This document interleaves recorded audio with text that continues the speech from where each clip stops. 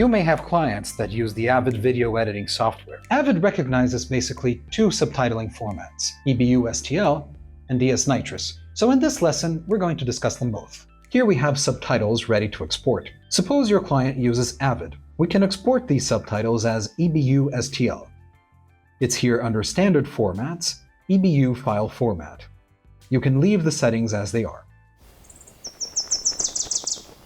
You'll notice that if you try to open an STL file on Notepad, you'll see a lot of garbled code. That's because STL is a binary file, not a text file, but it should be readable on Avid. You can also upload this as YouTube subtitles, and it'll work just fine. If your client prefers the DS-Nitrous format, which is a TXT file, there are some precautions you need to take.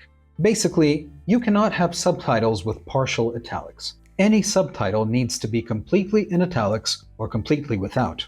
Here, for example, we have one word in italics and the rest without italics. If I try to export this as an Avid TXT, the entire subtitle will be exported as full italics, which is not what we want. So in this case, we'll have to remove the italics from the subtitle. An easy way to find subtitles with partial italics is here under Titles, check Subtitles, then we uncheck everything and check Attributes, Partial Italic in Subtitle. Now you can click Previous and Next to find the subtitles with partial italics. Now we go to Export, Extended Formats, Avid DS-Nitrous. Before we export, we need to click on Config and choose the Export Italics as Separate File option. Do not change the code page.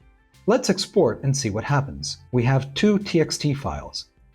One of them has all the non-italic subtitles,